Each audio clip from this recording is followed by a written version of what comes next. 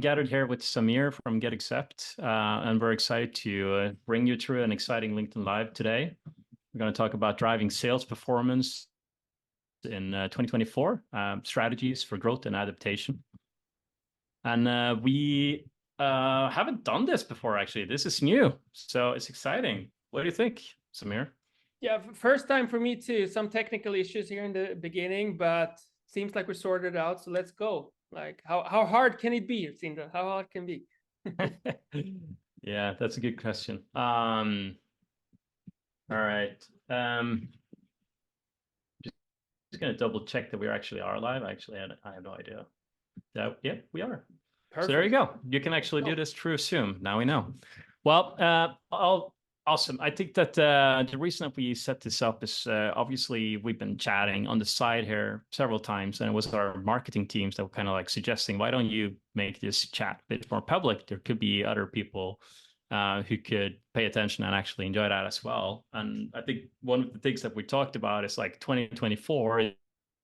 Is it a change? Is it a new year? Is it more of the same like 2023? Like, where are we headed in 2024, especially when it comes to driving sales performance? And I think, everyone these days are experiencing increased level of competition.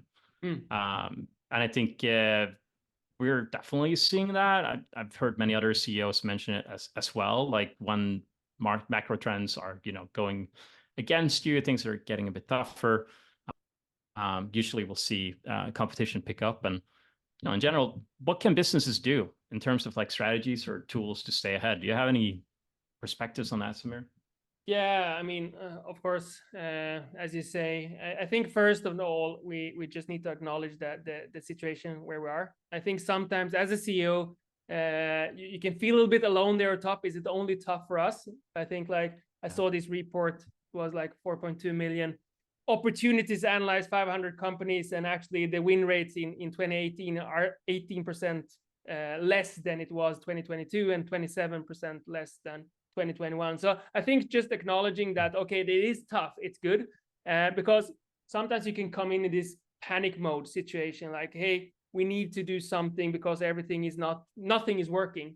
I think one really important thing here is to stay true to your strategies. Of course, you need to change them, but if you have done some changes, if it isn't working day two, it's okay.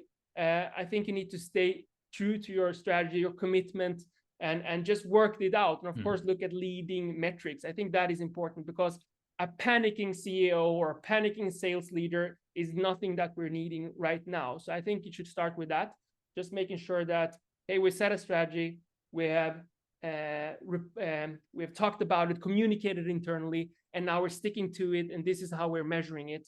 We have our bottom line metrics, of course, being maybe the ARR, but on top of that, we have much other things that we're looking at. So I think that is maybe one thing that I think everyone should think through, as it's so easy to just start panicking.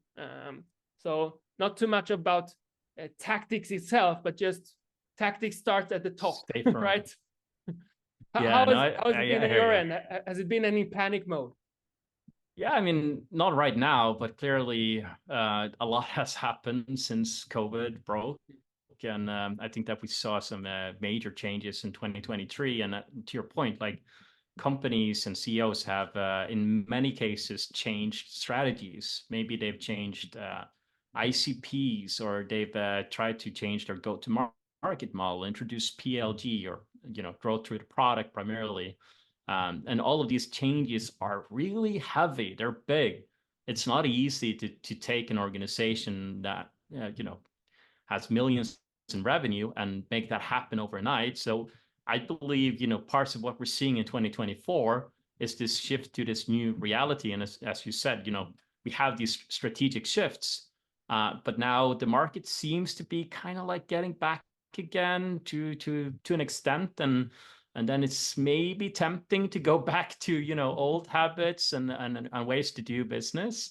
Yeah. And what happens then? You've set all these things in motion and you kind of sway back and forth. I think that has a detrimental effect. So staying firm, staying true to what strategies you put in place, and making sure you spend enough time to actually see the result. I think that's super important. Yeah, and enough time is not 1 week or 1 month. It's maybe half a year. But to answer a little bit to your Yeah. question there, like what we have been seeing is really important. As you say, it's less meat out there to eat. So of course you need to somehow make sure that you get the bite. And one thing that our customers have said to us using our tool is that one important thing is to stand out. Like in the end, you don't want to compete on the price. In the end, many do look quite similar, to be honest, and so do we. And most likely you also, Sindre, like in what we're offering. So you need to stand out. You need to build that relationship. So I think that is something that we have trained our reps, but also our customers tell that this is really important using now your tool to stand out and do something different. So that has actually been helping us quite a lot in running deals, because much more now it's down to building that relationship, understanding what is the pains and how do they take decision, who are the decision makers, etc. So I think that is one thing that I really want people to urge, like how do we differ, not only by maybe pitching something, but how the whole process is done, maybe, or how we approach our team or our buyers, etc. So there is an opportunity to do something different. I think you're spot on, honestly, and just to tack on that, I mean, 2024 is impossible to have any of these, look ahead type of chats without acknowledging that there's big changes coming with AI. And what AI is exceptionally good at is to, reproduce basic human tasks. So I think that in terms of adaptation and standing out, especially for certain roles like the SDR, it's just more relevant, more important than ever to stand out, because our inboxes, and we talked about this prior to getting live, it's insanity. Like so much inbound. I picked up a couple of phone calls today as well. I'm not even sure if I talk to a human. Like I'm at that level now. So there's so much happening. And, I think that in a way you need to find a way to differentiate, because there might be a very, very small window of opportunity to really go blast out those personalized AI outreach sequences and get, some return from all of that quantity, but it's not going to last. So how do you adapt to a changing world like that, where you actually are forced to be more human, be more creative, and stand out? I think that's something that everyone kind of has top of mind these days. Yeah, totally. And to be honest, we are leveraging AI too little nowadays. Mainly more using it for internal tasks than the sales. But that's much down also, as you say. We don't want to be that company who blasts out 5,000 emails through AI, not being relevant, and just Actually, to challenge that a bit, I do follow Jason Lemkin. He's the founder and CEO of Sauster, like one of the biggest SaaS communities out there. If you aren't already following them, you should. It's amazing content. And he's known of having some thought-provoking ideas. And I think I read a comment from him on LinkedIn yesterday where someone was actually throwing some heat towards those AI outreaches, and he came in and said, well, actually, I've received some excellent outreaches and very relevant AI personalized emails these days, much better than what I've seen SDRs do themselves. It was personalized, it was relevant, it was timely, based on intent. So he claimed 92% of the SDRs will go away over the next 18 months. That's a bold statement. I think I've heard those guys. Yeah, I think that's a huge statement, right? I think I've heard that before, in similar sense. Didn't you talk about AEs going away? Yeah, or exactly. No, when we started to get accepted, actually one of our big pitches was connected to AEs actually going away. I think there was a Gartner report saying by 2022, 78% of AEs would have changed job, doing something else. Due to the movement online, etc. And there we came in as like, oh, we can make the existing AEs efficient and stand out and build like more of a buyers first kind of sales methodology. But I think looking into our teams and other teams, I don't think 78% of AEs is gone. Maybe they're doing different tasks. Maybe they are doing something different approach wise, but they're not gone for sure. The So roles are changing though. So I think that what we're kind of like getting towards here is that right now there's a tiny window perhaps where quantity is really, really good. But in general, there are less opportunities. There's less meat for the A's to work. There's less opportunities to source for the SDRs. In general, this quality is probably getting more and more important these days to have quality in every step of your process. And of course, that has some consequences. I don't know. What do you think about, that quantity versus quality, or let's say battle going on yeah. everywhere? Where's your head at? Yeah, I mean, of course, sometimes due to everyone is talking about quality, I want to say that, but in the end, I think like I'm not a big fan of blasting out thousands of emails, but I'm quite a big fan of keeping up in high activity. If that is calls, I sometimes come in and I've been sitting in not too many of the SDR. We do once a week a little bit of an outreach bonanza. I'm there like maybe once a month, and now maybe I'm lying, once a quarter. Anyways, I feel like when I'm doing it, I'm just getting that list and I'm just pounding it from top to bottom. Yeah. I don't go and look who they are, what they have eaten last day, or what shoe size they have, or where they have worked before. I don't do that. I just call, but maybe it's due to that I know my company, the product, the pitch very well. So independent of what they say, I maybe always have like, okay, this is how I will approach this objection, or this is how I will approach this challenge, or this is why I should say X or Y. So I never feel uncomfortable doing that, but so I'm more like let's pound through many of these calls, and Yeah.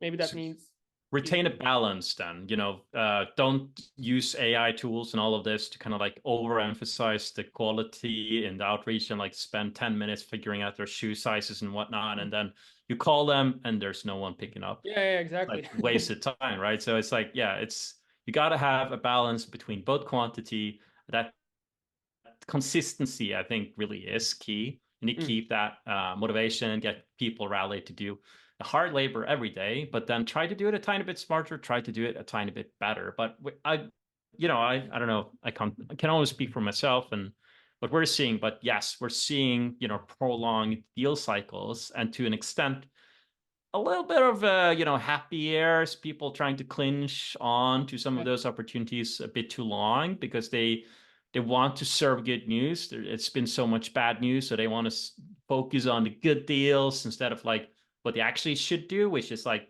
all right, I have these deals, they're fine. You can go read on Salesforce their state, but these three, they're in a bad shape. I'm not able to move them forward. I'm not getting the traction that we need to cross the deal. Let's talk about that one instead. Like nobody's doing that because we're so afraid after all the layoffs, after everything that's happening on a macro scale, to really focus on that part because quantity is down. So like I don't know, from a sales coaching perspective, what do you kind of like focus on these days to keep the win rate high in challenging environment? No, but I think overall what you're saying there comes down to processes and following processes. I think if we go back a couple of years, everyone said they were following processes, but to be honest, no one, at least in my mind, not many were, because they were selling anyway. Heydays, you can sell anything, and I think you need to go back to actually the basics here and say, okay, we have a process, and to be able to move deals forward, you should check off a certain things, and if you're not, let's talk about those things. So meaning then you need to go back to those deals that are not moving and say, okay, but are we just keeping them in the pipeline for the sake of it maybe being a 50K deal, or are we keeping it there because we think it can move on? And if it moves on, which things do we need to check off? Do we have the stakeholders? Have we talked about budget? Have we done all these things that the process tells us that we need to do? If not, me as being a coach need to help you with doing that in the right deals. I think it comes down and qualify it out, right? Like exactly, get it out. Qualify it out. You don't. Yeah, I think to be honest, in some cases we've seen you've never had so bloated pipelines. Like forecasts are like every month coming in, forecasts are it seems like we will hit the forecast, but then when you start scratching it, it's not the same thing. So I think it's even more important for the coach to stay close, Are deals moving? Are there any activity in it? Have we been sharing some calls or doing some email outreach back and forth? Have they been visiting? In our case, we have this deal room. Have they been visiting the room? Have the right stakeholders been there? If not, during 60 days, you should actually just send it back to stage 1 and start doing it again. Like, not just keep it at stage 4 proposal sent, just for the sake of it, because it will not close. And you need to be true to yourself there. So I think as coaches, you need to be even more strict on these policies, maybe that you put forward. And if you don't have them, and I think you're hitting an interesting point there, and we've seen that as well. Like, you know, the VP finance role or type of stakeholder, CFO, is much more involved these days, even in smaller purchases. So a lot of deals kind of get stuck in later stages. I think just to emphasize the obvious to an extent, but like that ROI exercise is probably more important than ever, because they are going to be involved and they really only care about one thing. Like, can this investment give me more money or save me some time? Like, how can I calculate this home? Because it's not like the money isn't there. It's just like, you know, you need to earn it. It's not enough to have a fun or a cool tool that I want to try. You know, what's the business rationale behind it? So like the real selling is really showing itself in this market, I would say. No, but I can just loop back to our own VP or CFO, like saying he will go say stop. There's no spend at all anywhere. That's the general like topic. But he also says, hey, can I make $2 out of one?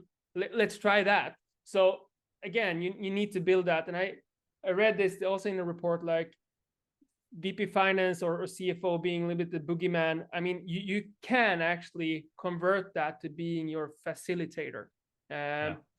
The data tells like the one who does that in the right way, in the right moment, maybe upfront and not in the end, have higher velocity in their deals, the good reps. So you just need to figure out there, where should that person come in the process? So you don't bring him too early, but not too late here. And you also need to then build a case. I think also, again, going back to basics, like how many of you do build a case when presenting? Or is it just, hey, we do a feature demo, this is really good, you should have it? Wow. Like, no, they don't care, like, or at least not the CFO. He wants to know, how does $1 invested become $2? And if you can prove that, I promise you that this person is your best ambassador. But because as much as he or she is keeping the bank account safe, he also wants to get more money into the bank account. So 100%. Keep that in mind. And I think it's an interesting perspective as well, Samir, because I believe that I'm seeing this from my point of view as well. Like 2023 was all about shifting towards profitability for most businesses, focusing, almost obsessing a bit on unit economics. And 2024, to an extent, seems like they're like, all right, that's important. We need to retain a level of profitability or close to it, but growth is even more important. So like, if that is the mentality, and a CFO can't just be saying, we're not going to spend anything, because in reality, they can. And growth is more important. So you just need to really make that, come to life in that business case, and make sure that that resonates. And it could be an advocate, as you say. Yeah, exactly. I mean, if you just want to save money, I mean, fire everyone and just sit on the money pocket. Exactly. But that's nothing that you can do and should do. So yeah. But that is an interesting point, though. Like, obviously, there's been a bit of layoffs going on, especially in the software industry, but also generally, I would say. And there's some consequences of all of these major, let's say, boardroom decisions of focusing on profitability as like a cornerstone. One of them being the fact that you don't hire as many reps as you used to, so there's not as much, let's say, new talent or fresh excitement coming into the team. So one of the things that we kind of like see more and more is like the middle performers start to kind of, in a way, could bloat. If you're not on top of the sales performance metrics, really understanding like, okay, I've given a concrete example. Like, if you're selling to an enterprise, you probably should have 5 times OTE as your quota. Yeah. If it's mid-market, all the way down to SMB, maybe it's like 3 to 4x. Yeah. Those are like those examples of strict policies or just goals that you need to have.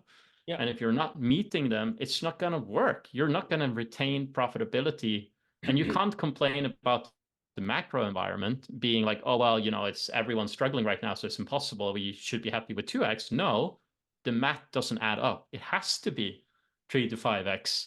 And if we can't hit that, then we need to see if there's anyone else that can do that, or like how we can actually do some changes to get there, because it doesn't add up. Yeah. I don't know if you've seen anything like that on your side.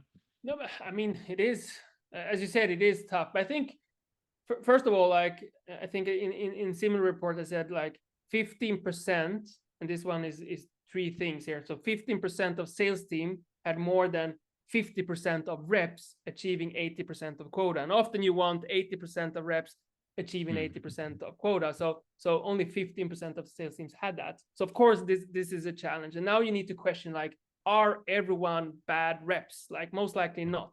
So I think it's much important about, you have good reps. So of course, make sure that those reps are happy. Make sure that you invest in those reps, but also make sure that the ones that you do believe in, that you really show that. I think that is really important, like, because not everyone has their ups and downs, but if you believe in if they're ambitious, if they want to reach those targets, I mean, you can help them get there. But if they don't want to, like, that's a really good question to ask. Like, do you want to be this top performer? What will you do to be here? How can I help you to get there? That's a question that you should sit and talk about in the one-on-ones, not maybe just like, hey, you didn't reach your quota. Surprise, surprise. You didn't need to last week or last month either. Like, if you believe in that person, show it.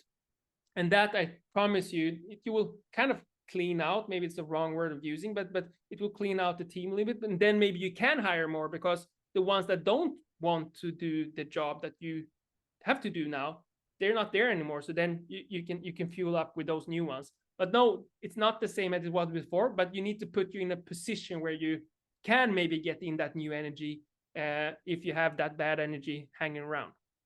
I think you're touching a very interesting point. And it's around, activity levels, because when times were booming and were good, people came into the sales role and they crushed it. They didn't feel resistant. They didn't need to drill on objection handling or anything. And to some extent, they're kind of like used to that, right? Yeah. So are they able or willing to commit to the level of grit and grind and tenacity that's needed to succeed in this market? Sometimes the answer might be no. And then, it's best for both parties to move on. So knowing the process from how to actually get to goal, break that into a funnel of like concrete actions that we expect you to do every day, be it post on LinkedIn, be social selling, be picking up the phone and do prospecting yourself. Have consistent goals on like input that they need to hit, that we expect them to hit, and make that, visible in the organization, make them accountable to it. And if they're not able to do the input, obviously they're not going to get to the output, and maybe you need some, new blood, or fresh excitement, people who's willing to do that work. But it's like that is, I think is a good tip for like 2024. Really, like, think about how you get to goal. What is it that it will take? Make sure you actually know those numbers. And measure it and visualize it and make people accountable. And then those are conversations from a sales performance point of view just comes organically. Yeah. And one thing that is important, and to be honest, I forget it too often. It's like, celebrate the small wins here. It's a cliche, but somehow I've understood now that is important. So if you reach your sales activity targets, let's try to find something to celebrate in that, even if you didn't pull it the whole way. At least you tried out, and let's do that next month, and the rest will follow. So I think that is also an important one to keep in mind. Sometimes I've taken startup CEOs, we we're a little too eager to just celebrate the big wins. But yeah. Yeah. Those are the most fun, right? But I agree with your point on celebrating the smaller wins. Obviously, it's part of our ethos at Sales Screen as well. It's a gamification platform, but I just wanted to emphasize that point though, like how important it is, because when we are making big CEO strategic changes, like we've done over the past couple of years, the boardroom has changed, focus on profitability over growth, and back again, or not, or whatever. Like that has big implications, and as we alluded to, like you need some level of patience to be able to see these new, let's say, ICPs or strategies actually come to fruition. And poor guys that's keep on hammering in that direction that we set out, and we know it's going to take time. Obviously, as long as they actually do the input that we expect, the activities are high, then yeah, I can understand if the outcome maybe not is where we want it to be, but there's no excuse if you don't put in the effort. So at least know that, know your baseline, right? Exactly. Now, but I think there are some opportunities as well in 2024 though, like because what we've been talking about is a collective global phenomenon, and you mentioned to me prior to this call, like you see this also as a big opportunity for Get Accept. Like, what did you mean by that?